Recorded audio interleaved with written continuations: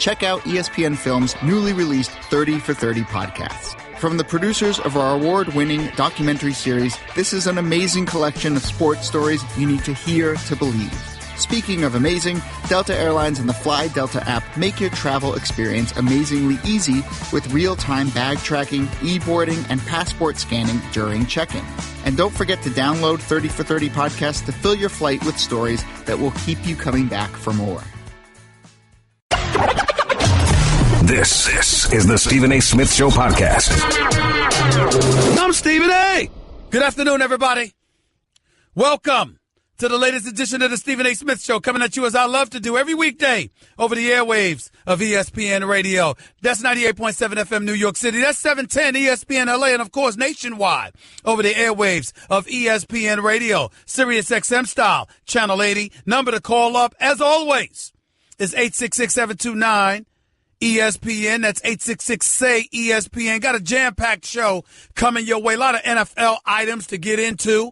We'll touch on a few of them. Of course, LaVar Ball and his appearance on CNN with Chris Cuomo, justifying, his son's actions along with the other two individuals for UCLA in some capacity. I'll explain what I mean by saying such a thing. But, of course, the thing that enters my mind right now, and it's just definitely on my mind, ladies and gentlemen,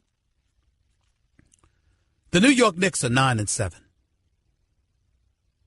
The Los Angeles Clippers, led by Blake Griffin, with DeAndre Jordan, Danilo Gallinari, Austin Rivers, Patrick Beverly and the crew, the Los Angeles Clippers, losers of 9 straight, are 5-11.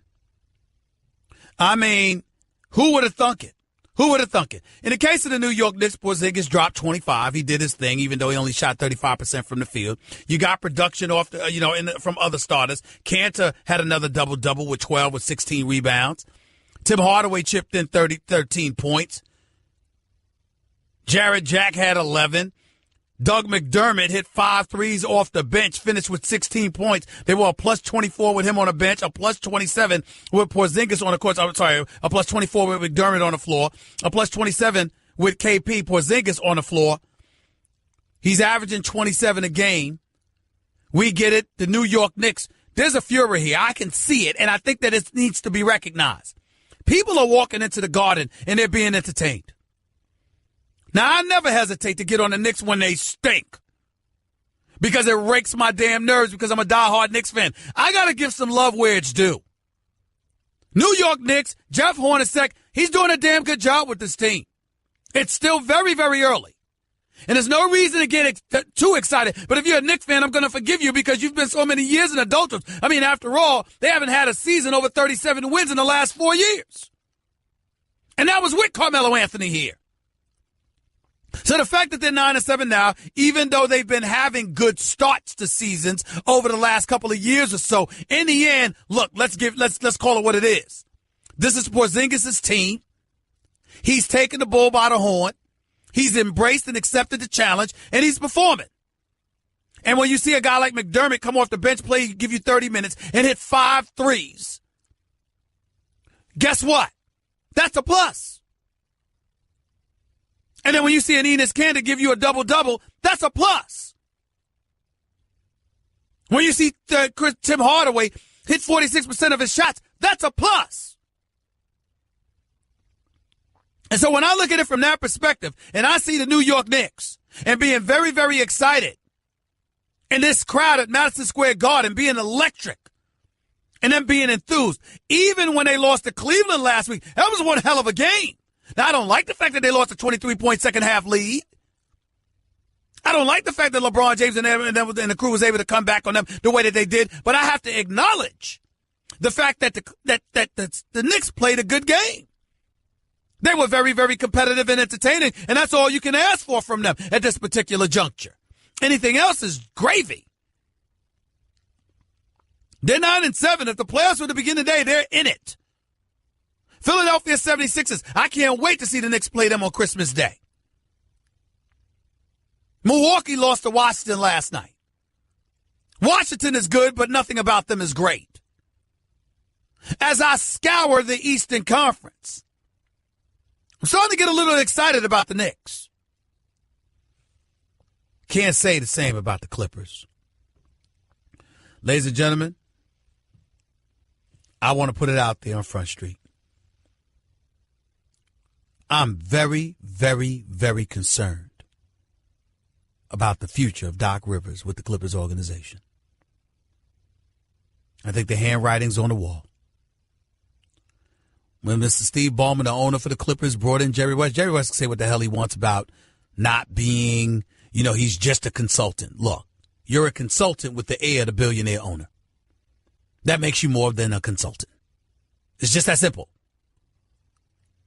And with Doc Rivers being the president of basketball operations, with Lawrence Frank, an assistant coach that's now been elevated, who became an executive VP and now essentially is the president, Doc Rivers can call himself what he wants. In the end of the day, Lawrence Frank put himself in a position to survive in the event that Doc Rivers is gone. You got Jerry West, who does not have the greatest relationship with Doc Rivers. And now it's one of those situations where Doc Rivers has lost 9 straight and 11 of their last 12 games after starting out 4-0. This is very bad. And the losses are here. First of all, they haven't won a game since beating Dallas on November 1st. Secondly, they've lost to Detroit. They've lost to Golden State.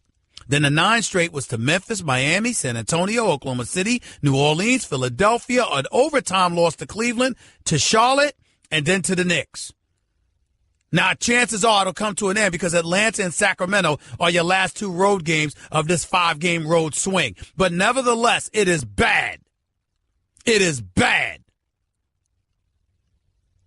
Now, some people sit there and they ask the question, has Doc Rivers lost the team? Has he lost the Los Angeles Clippers? Guess what? I'd say no. You know why? Because he never had them once Chris Paul left. Are we ready to acknowledge the importance of Chris Paul now? Are we ready to recognize how great of a point guard this dude is and what a floor leader and floor general he is? Are we ready to stop lamenting the fact that he is a floor general who is a pit bull who doesn't mind holding you accountable when you don't do the things that you're supposed to do? Are we even willing to concede that as good as Blake Griffin may be, he's a complimentary player? He's not the guy who should be the face of your franchise and the star of your team. That's not his game. And I'm not being negative about Blake Griffin in any way. I'm just calling it like I see it. He's a guy who can play. You want Blake Griffin on your team. But do you want him to be the face of your franchise? No. Absolutely not. Because those are not the kind of requisite skills that he possesses. It's just that simple. He's averaging 22.7 points and 7.8 rebounds. He's shooting 41% from the field, and he's 6'10". We've got a guy like DeAndre Jordan, who's averaging 13.7 rebounds a game.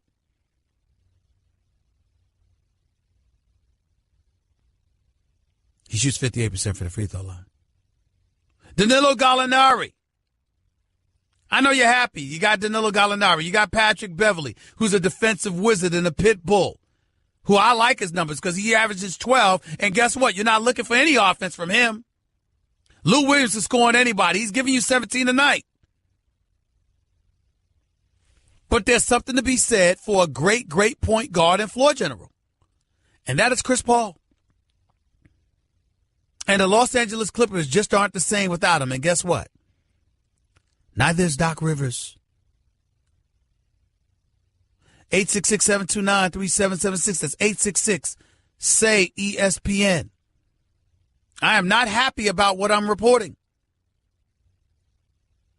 But it doesn't take Einstein to realize that Doc Rivers is in a world of trouble. You ain't had no losing streak like this in all the years Chris Paul was there. And Chris Paul left because he didn't want to play with Austin Rivers and he didn't want to play for Doc Rivers any longer. I'm just reporting it. This is not good. It's not good. Something else that wasn't good. LaVar Ball on CNN with Chris Cuomo talking about Donald Trump, President Donald Trump. I'll explain to you exactly what I'm talking about and why I feel the way that I feel in a minute. You are listening live to the Stephen A. Smith Show, ESPN Radio. Want to be a part of the show? Hit Stephen A. up weekdays from 1 to 3 Eastern at 866-729-3776. Hey girl, have you done something new with your scales? Using new moisturizer? Nice. It really brings out the hazel in your eyes. Oh, hold on. Are you using whitening strips too? Your fangs look good, girl. Really good. A really charming snake charmer? Surprising. What's not surprising? How much you could save by switching to Geico. Wait, what? Have you been doing Pilates too? Geico. 15 minutes could save you 15% or more. You're listening to the Stephen A. Smith Show podcast. Before I get into sports, before I get back into sports and LaVar Ball, and I'll explain in a minute how this is relatable.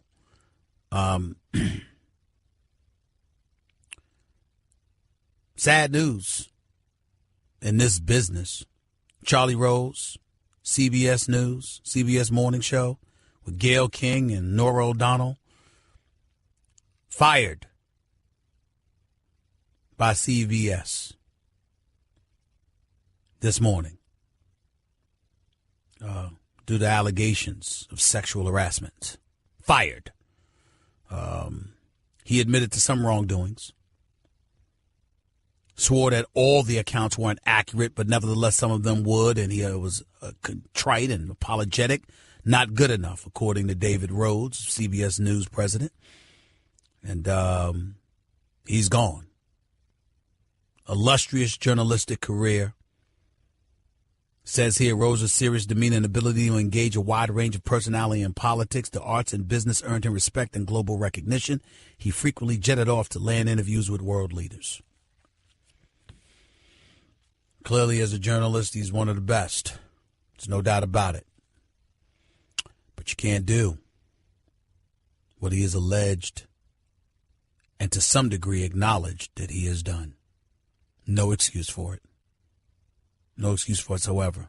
It's kind of interesting that the president, who looks to battle with everybody, got caught with what he echoed to Billy Bush on a bus for one of those entertainment shows.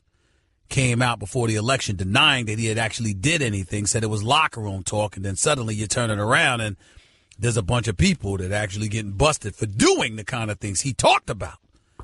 The irony does not go unnoticed. I'll leave it at that. Getting back into sports and LaVar Ball, let me say this. LaVar Ball was on CNN yesterday morning talking to Chris Cuomo, who I think does a great, great job on a CNN morning show. I've always been a fan of his dad, Mario Cuomo, former mayor and governor of New York. I thought he's just phenomenal. Son Andrew, great governor as well. And I'm a fan of the Cuomos. I'm particularly a fan of Chris Cuomo, to be quite honest with you. Nevertheless, having said all of that, he did an interview with LaVar Ball on CNN yesterday morning. LaVar Ball, as you know, is the father of Lonzo Ball for the Los Angeles Lakers, but he's also the father of LiAngelo Ball, the player that is now at UCLA, who, along with two teammates, went over to China and decided that it would be an opportunity to steal from stores, a few Louis Vuitton stores in China. They essentially got caught, was held in a hotel for about a week. President spoke up on their behalf. The leader of China decided to let them go back home. The president childishly was looking for gratitude. The players, along with the Coach Steve Alford of UCLA and others, gave the president that thanks. But when Chris Cuomo asked LaVar Ball, the father of LiAngelo Ball, to just say thank you to the president of the United States, LaVar Ball refused. Here is this exchange, or just a short exchange, between LaVar Ball and Chris Cuomo on CNN yesterday morning. people are saying that I said it wasn't a big deal that my son was shoplifting and nothing like that. I'm saying like this, it wasn't a big deal because being raised in South Central LA, I've seen harsher things. I've seen 16 and 17-year-old kids have to go to jail for life that were my friends, doing bad things, making bad decisions. I mean, doing stuff that's harming people. It wasn't physical. We returned it. He fessed up to it. It wasn't like he was like, nah, I didn't take him. I mean, nobody got hurt. He didn't run in there with the assumption of, hey, I can't wait till I get to China because I'm going to get some good stuff. It was an impulse thing, a bad decision at a bad time. That's all it was. For an 18-year-old who never done anything wrong, never been late to class, 4.0 student, I don't think people were going to demean him over one bad decision concerning that it was victimless. If you help, you shouldn't have to say anything. If you help, you shouldn't have to. If I help somebody, I don't walk around saying, I help you now. Come on now, you give me some love. I helped you. Man, come on, for real? All right. Somebody told me about the tweet a couple of days ago. I don't even tweet. I'm just saying, why is that on your mind? All this stuff going on, and that's on your mind that a father didn't say thank you? And you're supposed to be the head of, you're the head of the U.S.? Come on. I would say thank you if he would have put him on his plane and took him home. Then I would have said, thank you, Mr. Trump, for taking my boys out of China and bringing them back to the U.S. There's a lot of room on that plane. I would have said thank you kindly for that.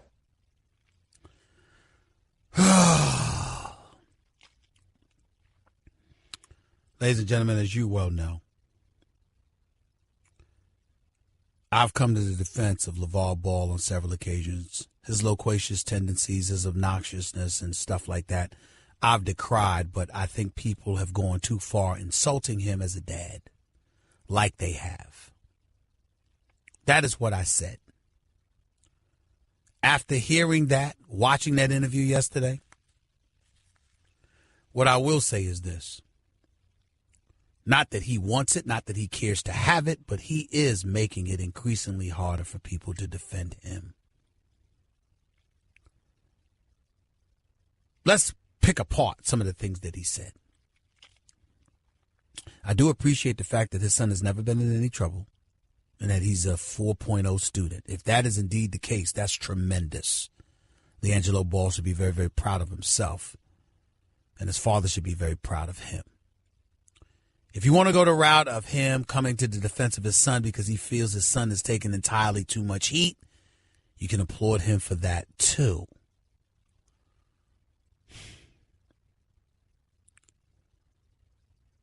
But if your son's a 4.0 student, one would surmise he's an intelligent student,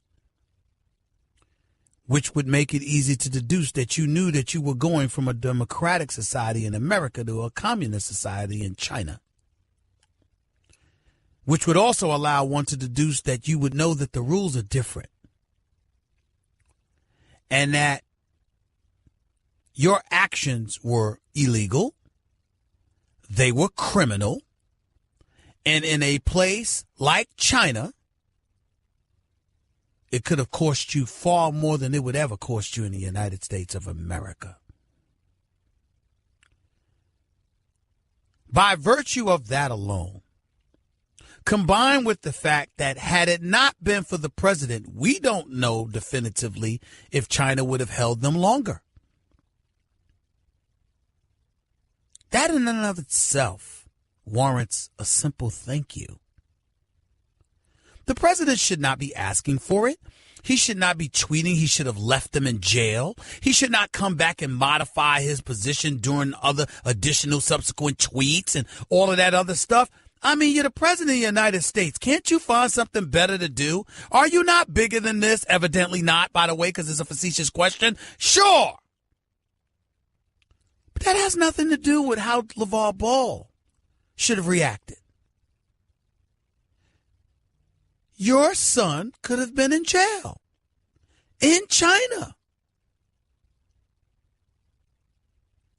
And whether directly or indirectly, the president had something to do with him getting out. Now, no, he wasn't in jail. He was in a hotel. But he couldn't leave the country until they allowed him to. How is that okay?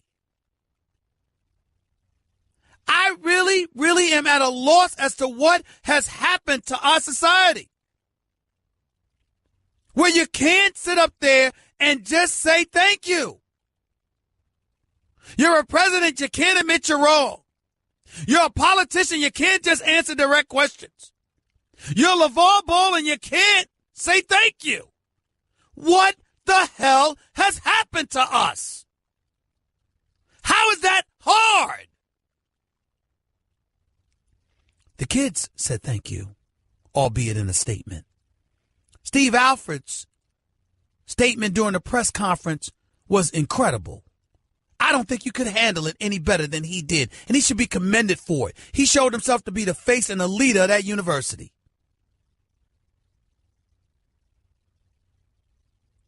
But LaVar Ball, come on.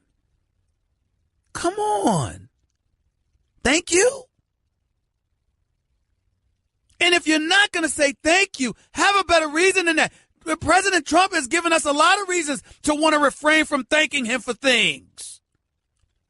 Say you don't like the man. Tell him why.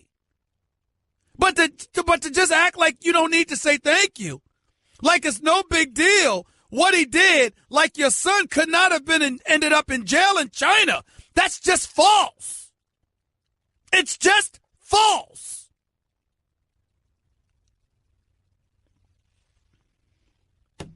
I really don't know what to say about us sometimes. Just as people, I just don't know what to say. Guess what? You're in the middle of the Stephen A. Smith Show podcast. Damn it, I mean it! To the phones we go right here on the Stephen A. Smith Show, ESPN Radio. Let's get right to it. Let's go to Jeter. You're live with Stephen A. What's going on, Jeter? How are you? Hey, Stephen A. How you doing? Happy Thanksgiving. Thank you. Happy Thanksgiving to you too, buddy. Go ahead. I just want to give a shout out. I'm sure you're happy about your Knicks. I'm happy about Jeff Hornacek. I went to school with him at Iowa State University, which he was a walk-on under Johnny Orr, and then he was drafted in the third round by the Phoenix Suns, which I was living in Phoenix at that time, 46 pick. Nobody knew who he was. And he turned out to be have a great basketball career. And, if you know his history, I know that you been a little bit critical. I know you like to have Mark Jackson in there. Yeah, that is correct. That is correct. But I just don't think Jeff Hornacek is. Listen, here's what I want. I want to make sure that I'm accurate about this, Jeter. Jeff Hornacek can coach. I know he knows the game of basketball. I don't blame him for what happened under Phil Jackson because Phil Jackson was in his way, wouldn't allow him to coach. Phil Jackson was too busy trying to incorporate the triangle. I get all of that. My problem, at least coming into this season with Jeff Hornacek as the coach, was simply this. I think the Knicks are in rebuilding mode. I think the New York Knicks were anticipated to struggle. And I think you need a face of the franchise that can galvanize New Yorkers to have faith in this franchise moving forward because of its history of ineptitude that far preceded Hornacek's arrival.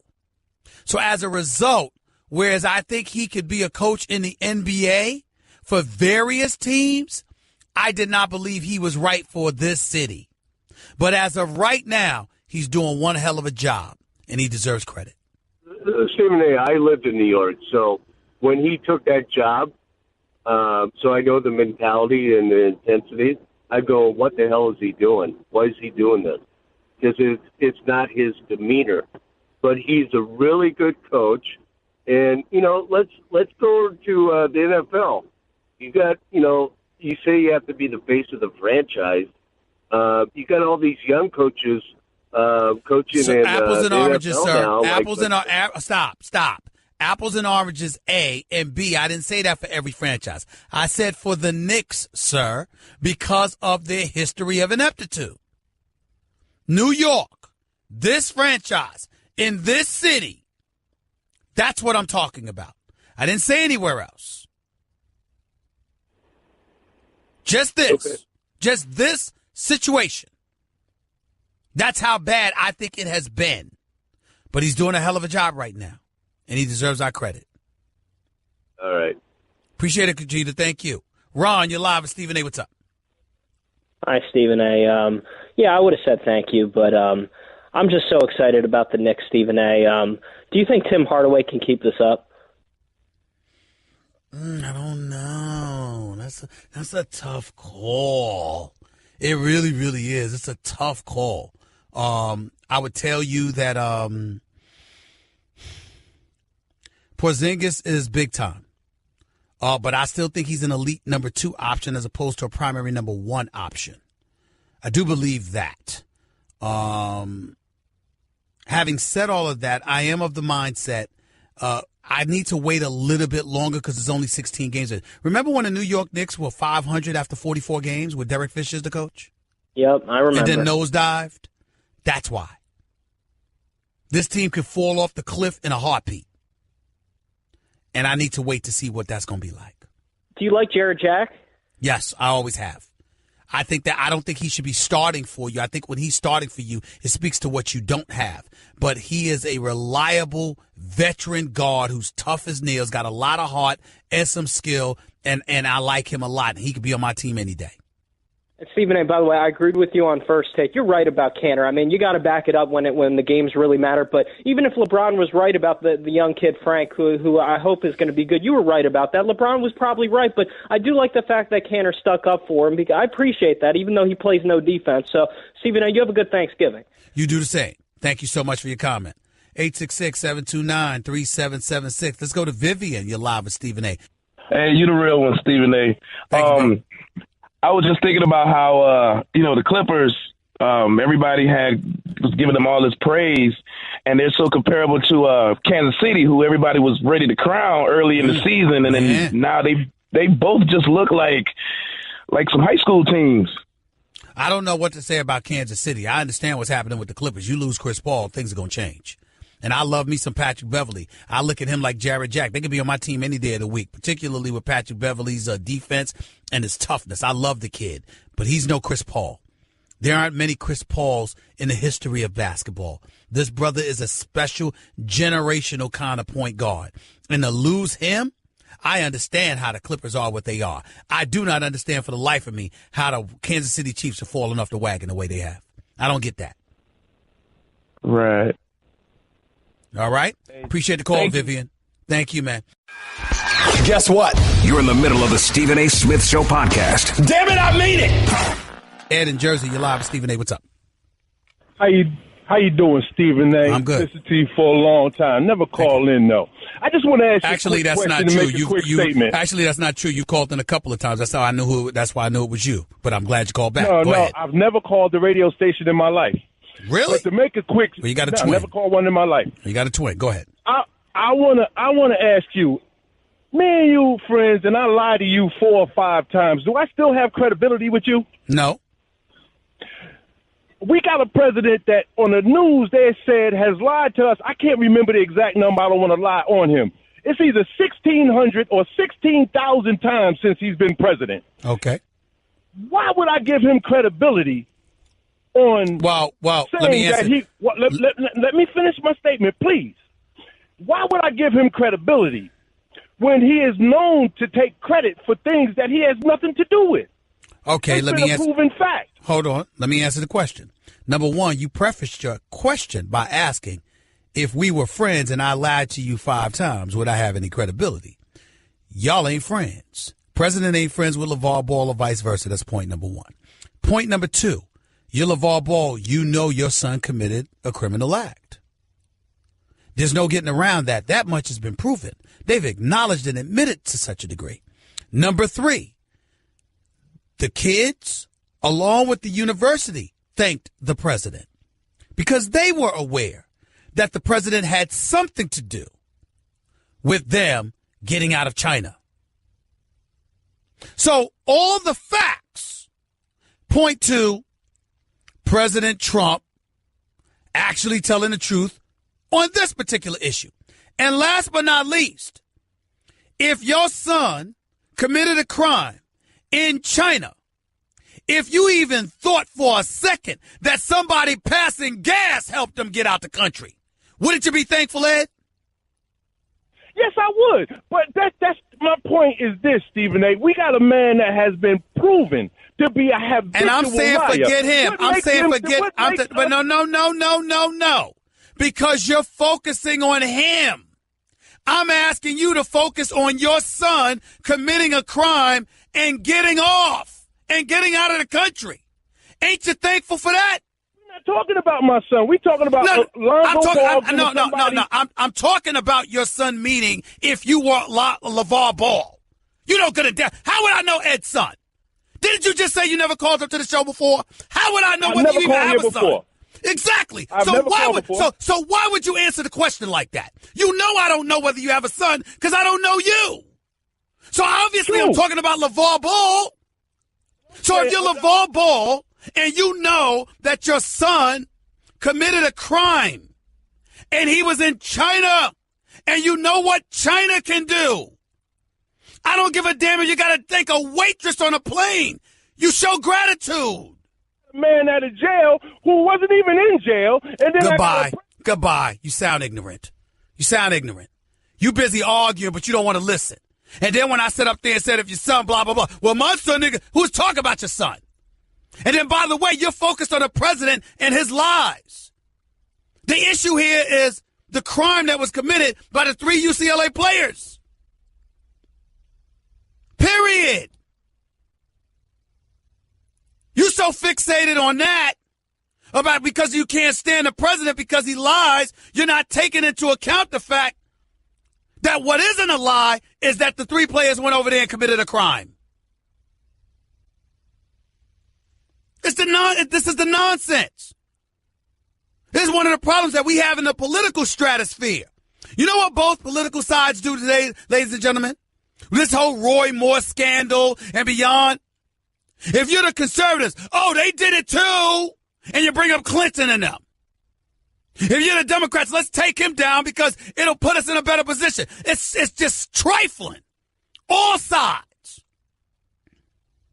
And it's just as trifling what Ed in New Jersey just tried to do. You want to focus on the president and his lies. That's fine. That's totally fine. But not on this. You're LaVar Ball. Your son went to China and committed a crime and caused an international incident. There's no getting around that. You don't excuse that. Daryl, you're live with Stephen A. Thank you, sir. Hey, you and I are tight with the Pope, not the Pope in the Vatican, but the Pope of Philadelphia, Thane Martin, CPA, who blesses Texas. That's my guy. And I wanted to call about Lamar and about Coach Rogers because it's stubbornness. I mean, Lamar's being stubborn and ignorant. But part of the reason I can't feel super sorry for Doc, and I respect him. I had a player who played for him and said he was one of the best coaches he ever had. But when he looked at that roster 3 or 4 years ago, it required that he made some changes, no matter how tough they were. And that's part of the reason why I don't like GMs and coaches having the power, because it's hard to balance now, which a coach has to do, and the future, which a GM has to do in the same body. It's hard because it's hard to admit to yourself when you're wrong, and most certainly when you trade a guy, you're admitting to the public you're wrong. That's part of LaVar's problem right now. He can't admit he's wrong. And it's part of Doc's problem when he didn't move some of those pieces 3 or 4 years ago, and now the team is not only bad, but it's bad for a while. You just can't fix basketball like that. You've got to be focused on the future every day, and you got to be focused on the now. So I love Doc, but I think, and I hate to even say it, but as responsibilities go, it's deserving that Doc is out of there. Not just he's going to be out, but the result he had for a GM, he just didn't do. Look at the roster. Yeah, well, the roster, listen. The roster's not bad. Listen, the roster ain't great. It ain't gonna win you a championship, but it don't justify losing 9 straight. I'm sorry. It does not justify losing 9 straight games. And that is exactly what Doc Rivers has done, Daryl. Yep. But it's just that simple. I appreciate the call. 866-729-ESPN. That's 866-SAY-ESPN. Hour number 2, we'll continue talking about LaVar Ball. We'll talk about Doc Rivers. We'll talk about the Knicks. We're going to get into some NFL action because some stuff happened. Seahawks lost to Atlanta last night. Dallas is called quitters by the Eagles. The list goes on and on. Lots to talk about. Hour number 2 up next with Stephen A. on ESPN Radio. That's just a sample of what you'll hear on the Stephen A. Smith Show. Weekdays at 1 p.m. Eastern on Sirius XM Channel 80 and the ESPN app.